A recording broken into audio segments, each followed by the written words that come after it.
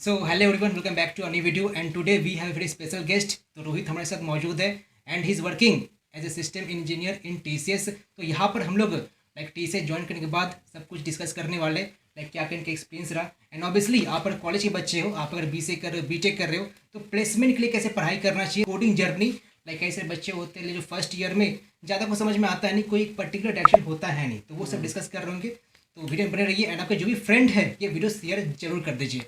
And बता दो, हम लोग के चैनल पर आपको कई सारे इंटरव्यू एक्सपीरियंस वीडियोस मिलेंगे। तो अगर अभी तक कोई भी इंटरव्यू एक्सपीरियंस वीडियो नहीं देखी हो तो जाकर देखो, एक सेपरेट प्लेलिस्ट आपके पास क्रिएट कर दिया गया है।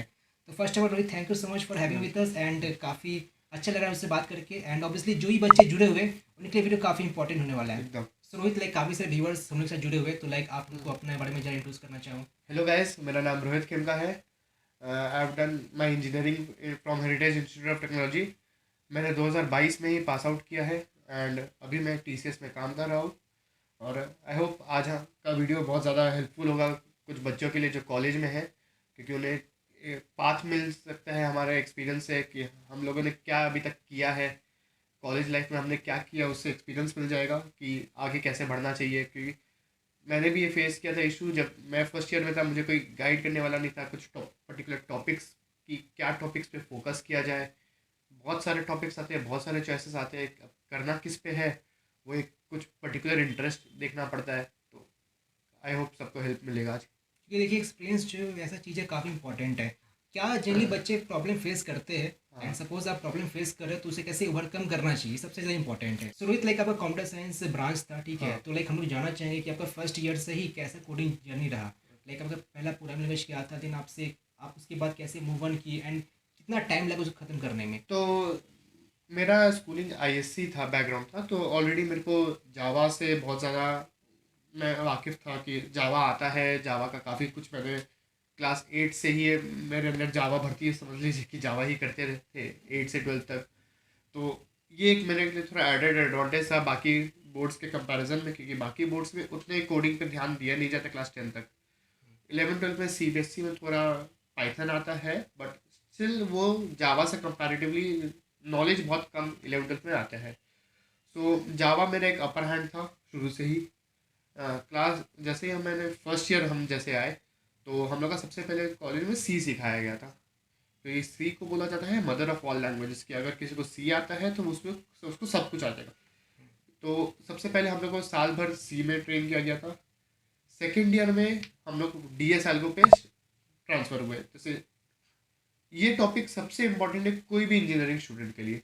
डेटा स्ट्रक्चर्स और एल्गोरिथम्स अगर नहीं आएगा तो वो कोई, चाहे एमएल हो चाहे एआई हो, इतने बड़े बड़े टर्म्स आजकल फैलते हैं, क्लाउड कंप्यूटिंग, साइबर सिक्योरिटी, सब इतने बड़े बड़े टर्म्स है, लेकिन बेसिक्स जब तक ठीक नहीं होगा, जब तक बिल्डिंग का फाउंडेशन ठीक नहीं होगा, तब तक हम लोग बिल्डिंग खड़ा नहीं कर सकते। उसी तरीके से जब तक डीएस एल्गो हम लोग कोई नहीं करेंगे तब तक हम लोग कोई भी टेक्नोलॉजी पढ़ने लायक नहीं हो सकते हैं। तो हम लोग को सेकेंड ईयर से ही डेटा स्ट्रक्चर्स और एल्गोरिथम्स पे पूरा फोकस था। अनफॉर्चुनेटली सेकेंड ईयर के एंड तक मेरा लॉकडाउन आ गया, तो थोड़ा कैजुअलनेस आ जाता है स्टिल। अगर खुद को करियर बनाना है तो खुद को कुछ करना है तो खुद भी घर पे बैठे बैठे सीरियसनेस आ ही जाता है अपने आप। तो सेकेंड ईयर में डेटा स्ट्रक्चर्स और एल्गोरिथम्स आया। थर्ड ईयर में हम लोग के कॉलेज में जावा आया।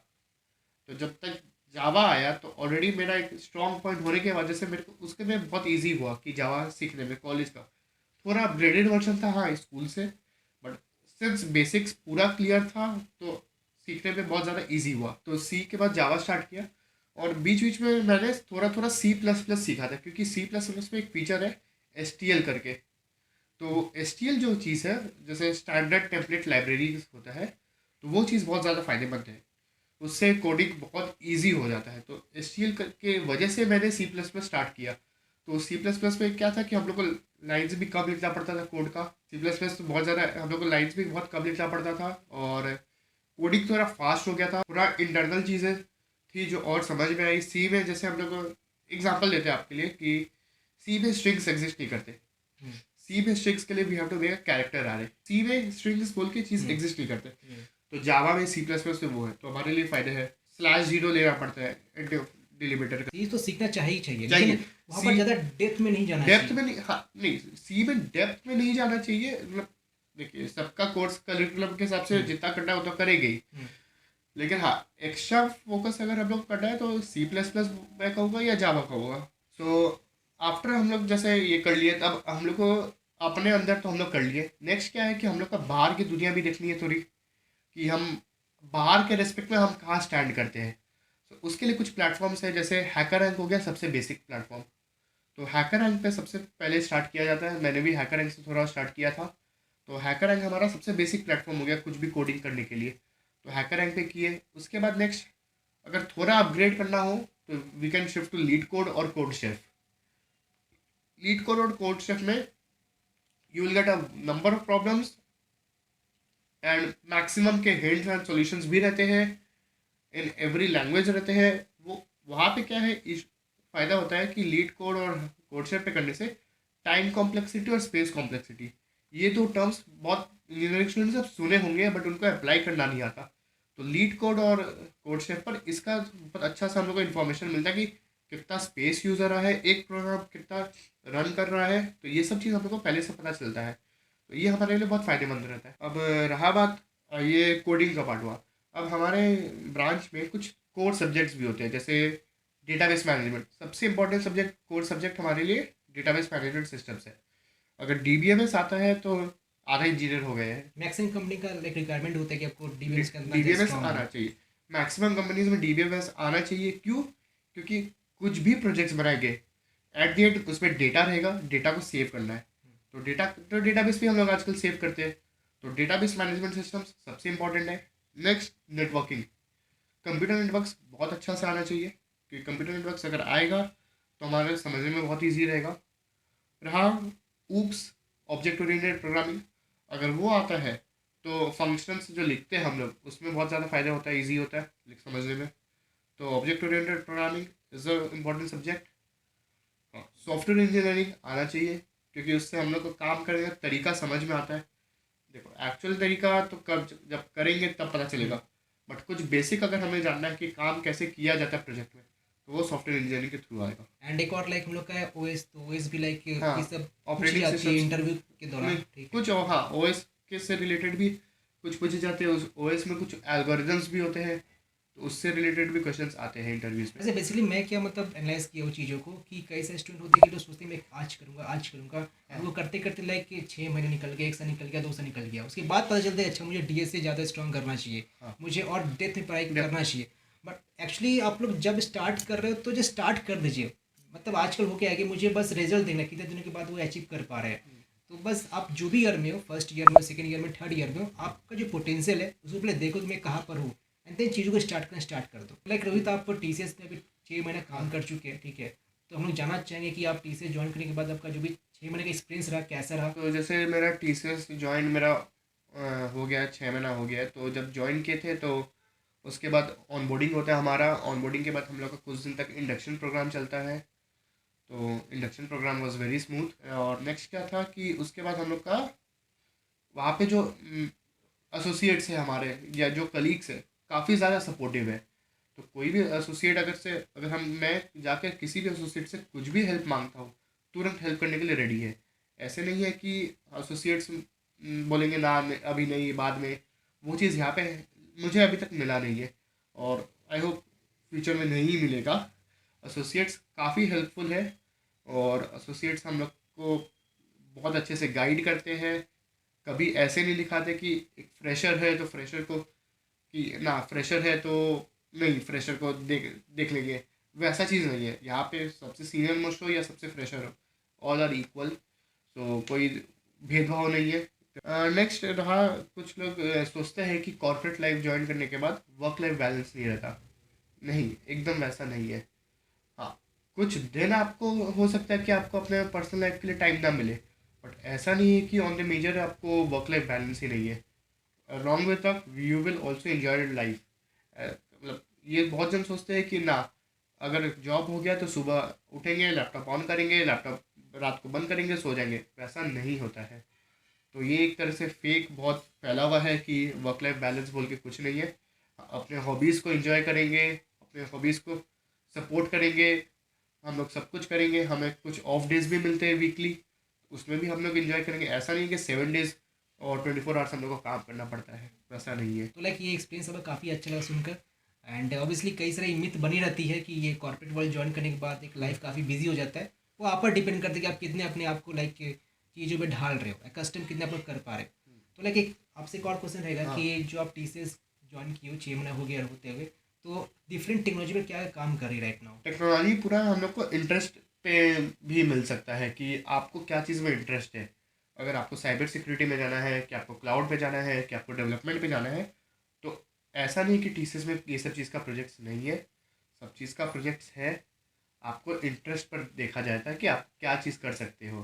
तो ये ऐसा नहीं कि अगर आपको कुछ, जैसे कि आप बोलेंगे कि मुझे अगर डेवलपमेंट में ही जाना है, तो there are chances that you will get development project, but you have to be open minded कि you have to be open to learning new technologies. अगर आप नया सीखते रहेंगे तो आप आगे बढ़ते रहेंगे। अगर आप एक जगह स्टक रह जाएंगे तो you will be stuck there forever. And obviously सबको ग्रोथ पसंद है। टेक्नोलॉजी मतलब बहुत सारी है, ऐसा नहीं कि बस कुछ ही है, ठीक है। हाँ। एंड आपको कोई भी चीज़ में इंटरेस्ट है तो बस जम कर चाहिए। एंड जो भी चीज़ चूज़ कर रहे हो उसको पूरा स्टार्टिंग टू एंड तक, वैसे नहीं कि बस आधा आधा करके छोड़ दिए, क्योंकि फिर हाँ, बाद में वो कुछ फायदा नहीं फ़ायदा होगा। नहीं होगा। तो देखिए क्या है कि सब कोई टेक्नोलॉजी स्टार्ट करते हैं, शुरू में बहुत नया नया चीज़ लगता है कि हाँ हफ्ता भर सबको बहुत मज़ा आता है। फिर हफ्ता भर के बाद एक देखिए लेवल में कभी ना कभी तो जंप आएगा। तो जब लेवल जंप आता है मैक्सिमम लोग उस पॉइंट पर क्विट कर जाते हैं। तो जो उस पॉइंट पर क्विट नहीं करेंगे वो लेवल जंप कर जाएंगे। तो वो लेवल जंप जो हो रहा है, हाँ you will get frustrated for some days. कुछ दिन अरे यार हमसे कुछ होता नहीं, हम छोड़ देते हैं, वैसा लगेगा। बट नहीं, वैसा नहीं करना है। वो 2 दिन जो फ्रस्ट्रेशन होगा, तीसरा दिन रिजल्ट मिलेगा। अब लाइक जो मैक्सिमम जो व्यूवर्स है, मे बी आपका निंजा हुआ होगा या डिजिटल हुआ होगा, एंड लाइक आप अपने प्रोफाइल को अपडेट करना चाहते हो, लाइक इंक्रीमेंट करना चाहते हो, तो लाइक ये क्या पॉसिबल है? एंड पॉसिबल है तो प्रोसेस क्या है एंड कितना टाइम लगता है? ओके, सो देखिए जैसे जिनका निंजा हुआ है उनको आई गेस कुछ एग्ज़ाम्स होता है, लाइक बिफोर ज्वाइनिंग ही कुछ एग्ज़ाम्स उनके लिए हो जाते हैं जो जिसके थ्रू डिजिटल उनका अपग्रेड हो जाए। तो निंजा वाले तो डिजिटल ऐसे जा सकते हैं। और उसके बाद का जो प्रोसेस है, जैसे डिजिटल से जो इनोवेटर हो गया, उसके लिए कुछ एग्ज़ाम आफ्टर ज्वाइनिंग हमें कुछ कोर्सेज करने पड़ते हैं, अपने अपने आप को अपस्किल करना पड़ता है, अपने आप को असेसमेंट्स देना पड़ता है। फिर असेसमेंट के बेसिस पर फिर कंपनी देखता है कि क्या कर सकते हैं। बट हाँ अपग्रेड होता है, but you have to be working hard, मेहनत करना पड़ेगा, अपस्किल करना पड़ेगा, कुछ नया कोर्सेज करना पड़ेगा, तभी हम लोग आगे बढ़ पाएंगे। एक फाइनल क्वेश्चन है आपसे कि जो फर्स्ट ईयर के बच्चे हैं जो हाँ। रिसेंटली सेकेंड सेमेस्टर में है या फोर्थ सेमेस्टर में है, तो उनके लिए क्या सेशन रहेगा? क्योंकि अभी से उनके पास अभी बहुत सा टाइम बचा हुआ है, क्या क्या चीज़ें फॉलो करे, कैसे करे, सो दैट एक पर्टिकुलर एक सेफ जोन पर वो पहुंची जाए। ओके, तो देखो फर्स्ट ईयर में जैसे हम लोग जाते हैं, मेनली अगर हम कंप्यूटर साइंस की बात करें तो जाते ही हम लोग बहुत बड़े बड़े टर्म्स सुन लेते हैं, cloud computing, cyber security, ML, AI. हम सब सोचते हैं हम सब करेंगे, तो वो पॉसिबल ही नहीं है मेनली। तो ये सब क्या है, ये सब हमारे एक तरह से मान लीजिए कि अगर मान लीजिए बिल्डिंग खड़ा करें तो ये हमारे फ्लैट्स हो गए, जो क्लाउड कंप्यूटिंग एंड ऑल। हम लोग को अगर बेसिक फाउंडेशन खड़ा करना है, सबसे पहले कोडिंग लॉजिक्स आना चाहिए, जो हम लोग सीखते हैं, जैसे फॉर लूप्स हो गया, वाइल लूप्स हो गया, स्विच केसेस, जो भी, ये सब पे अपना स्ट्रेंथ बढ़ाना है।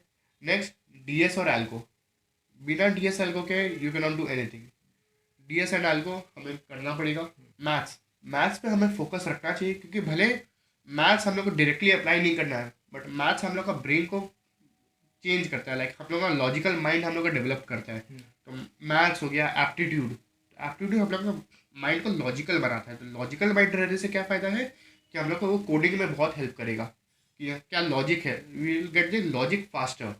तो अगर लॉजिक हम लोग को जल्दी मिलेगा तो हम लोग आराम से कर पाएंगे। तो डी एस एल को हो गया, मैथ्स हो गया, इन 3 चीज़ पे अगर हम लोग फोकस रखते हैं तो हमारा आगे कुछ भी करें, साइबर सिक्योरिटी करें या क्लाउड कंप्यूटिंग करें या एमएल करें, एआई करें, कुछ भी करें, हमारे लिए फ़ायदेमंद बहुत रहता है। एमएल तो जो लोग एमएल के बारे में थोड़ा देखे होंगे, इट इज़ कम्प्लीटली मैथ्स, वो प्योर मैथ्स पे ही बेस्ड है पूरा मशीन लर्निंग।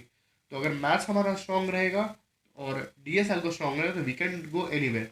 तो गलती क्या करते हैं सब बच्चे, क्लाउड कंप्यूटिंग पढ़ने चल जाते हैं, एमएल पढ़ने चल जाते हैं, डेटाबेस पढ़ने चलते हैं, बिना जाने कि कोडिंग क्या है। अगर डीएसएल को नहीं पता है, कुछ नहीं पता है, तो हम लोग आगे बढ़ ही नहीं सकते हैं। तो वहाँ पे क्या होगा, जो मैंने कहा था कि लेवल जंप वाला केस, तो जब लेवल जंप का आएगा तो you are again fall back.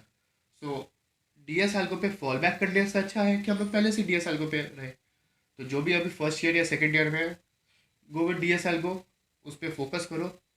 जो थर्ड ईयर में है ट्राई कॉम्पिटेटिव प्रोग्रामिंग नाउ, कि हाँ, क्योंकि कुछ दिनों में आपके प्लेसमेंट सीजन आएंगे, तो कॉम्पिटेटिव प्रोग्रामिंग थोड़ा ज़रूरी है कि आपको पता चलेगा कि आप दुनिया से कैसे स्टार्टेड पे है। बच्चे जो बच्चे होते हैं सीनियर की तरफ में क्या देखा उनमें काफ़ी रैंडमनेस होता है। हाँ मतलब सोचती है मैं ये करूँगा वो करूँगा वो करूँगा, एंड जो फंडामेंटल है उस पर ज़्यादा ध्यान देते हैं नहीं। कोई एक लैंग्वेज चूज़ कर लीजिए, हाँ ऑब्वियसली पहले सी करना है। अब सी के बाद ट्राई करो डीएसए में जंप मारने का, ठीक है। एंड जब डीएसए जब कर रहे होगे ना, तो आप या तो डीएसए जो है C++ से करो या जावा से करो। उसके बाद जब ये बड़े से हो जाता है, देन जो लेटेस्ट टेक्नोलॉजी आपका जो भी बोले एमएल हाँ है, साइबर है, डेटा साइंस है, उस पर ध्यान दो। उस पर ध्यान। लेकिन बिना डीएसए किए, आपका बिना कोई अच्छा कोडिंग का जो एक्सपीरियंस है लिए, अब जंप मत मारिए, ठीक है। क्योंकि अल्टीमेटली आप फिर वहाँ जब करोगे तो फिर दिक्कत आने ही वाली है। सो आई होप ये वीडियो आपके लिए काफ़ी प्रोडक्टिव रहा होगा। फिर भी आपके मन में कुछ भी प्रश्न है, कुछ भी डिस्कशन करना चाहते हो लोगों से, तो डिस्क्रिप्शन लिंक है मौजूद है, आप कनेक्ट कर सकते हो। तो thank you Rohit so much for having with us, and obviously My जो भी pleasure. बच्चे हैं वो काफ़ी उनके हेल्प रहा होगा।